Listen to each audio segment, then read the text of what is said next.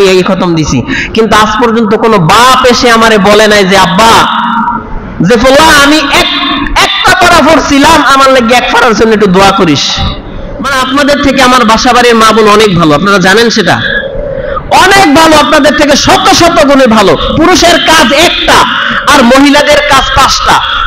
পুরুষের একটা দায়িত্ব, মহিলার 5টা দায়িত্ব। সে 5টা দায়িত্ব সামাল দিয়া, পুরুষের দায়িত্ব কি সে শুধু উপার্জন করবে, এছাড়া আর পুরুষের কোনো দায়িত্ব নেই।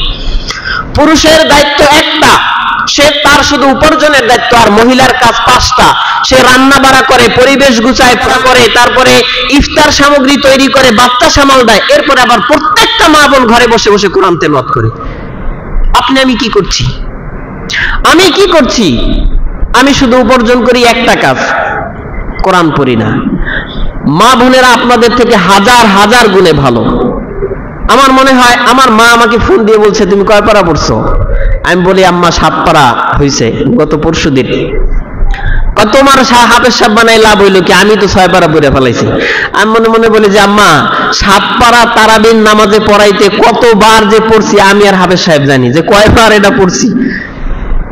আম্মা 6 পারা পড়ে ফেলছে, প্রত্যেকটা, শুধু আমার মা না, আমার মনে হয় প্রত্যেকটা বাসা বাড়িতে মা বোনদের 7 পারা 8 পারা 10 পারা অলরেডি হয়ে গেছে।